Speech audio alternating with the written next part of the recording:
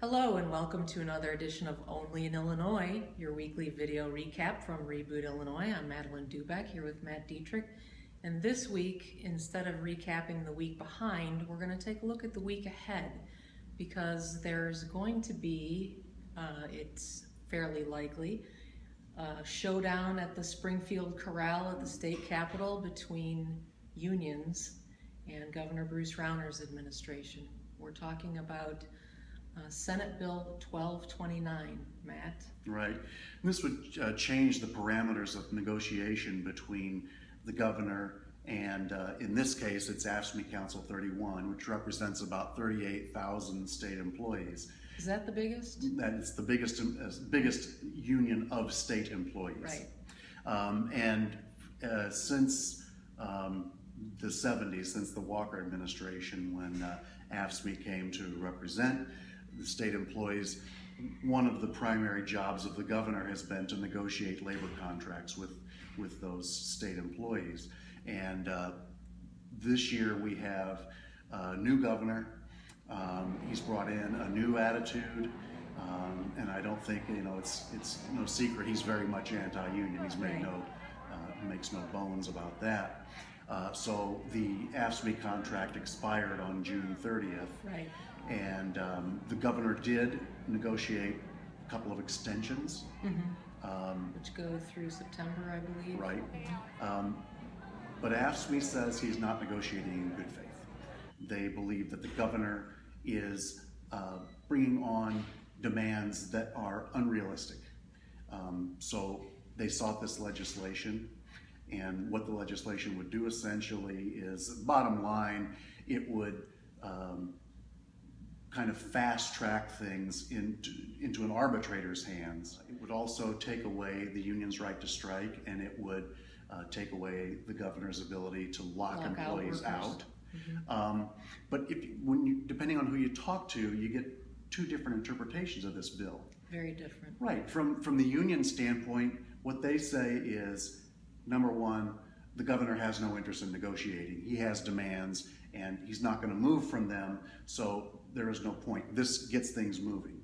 They also say that all of this does is give us the same negotiating position that police and fire departments throughout the state have had with their local governments for, 20 years.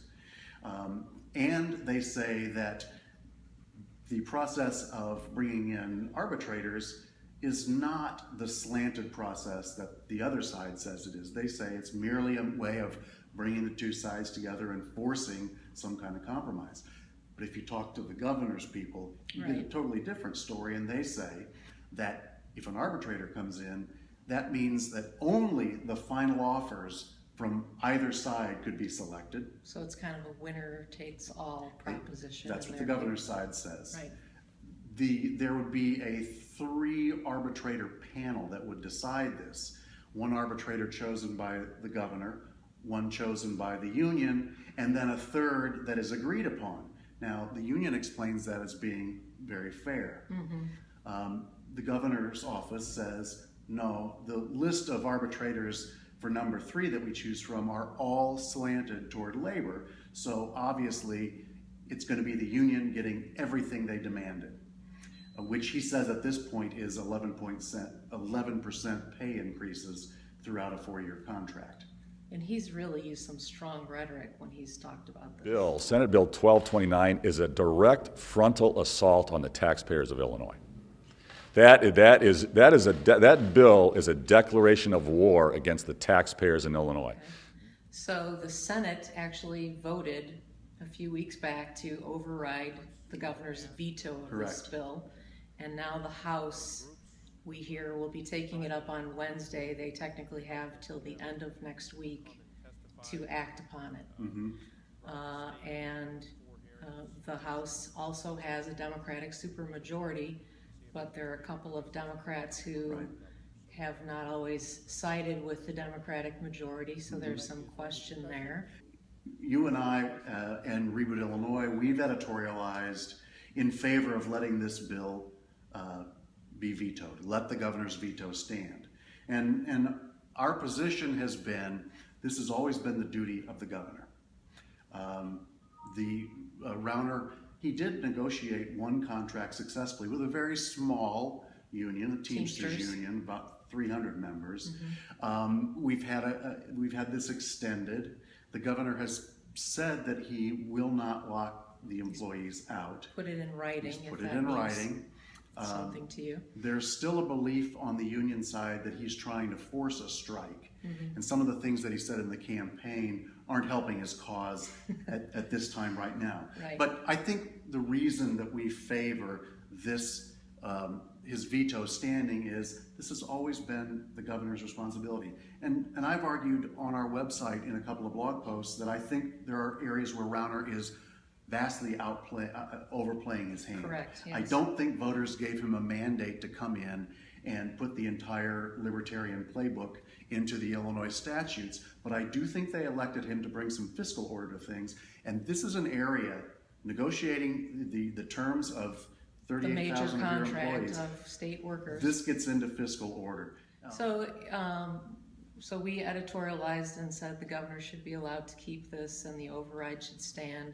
Lots of the major newspaper editorial boards have said the same thing. We have added this item to our sound off tool on the website at rebootillinois.com and wrote an email that could go to the governor, the 4 state legislative leaders, and your individual state rep and state senator. If you agree with us, go ahead and use that and let your lawmakers know in the House especially what you want them to do.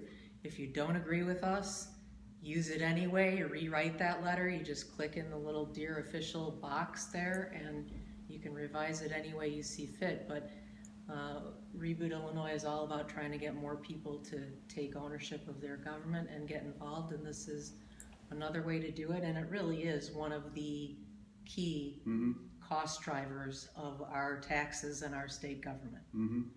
So it's a pretty big deal. Right.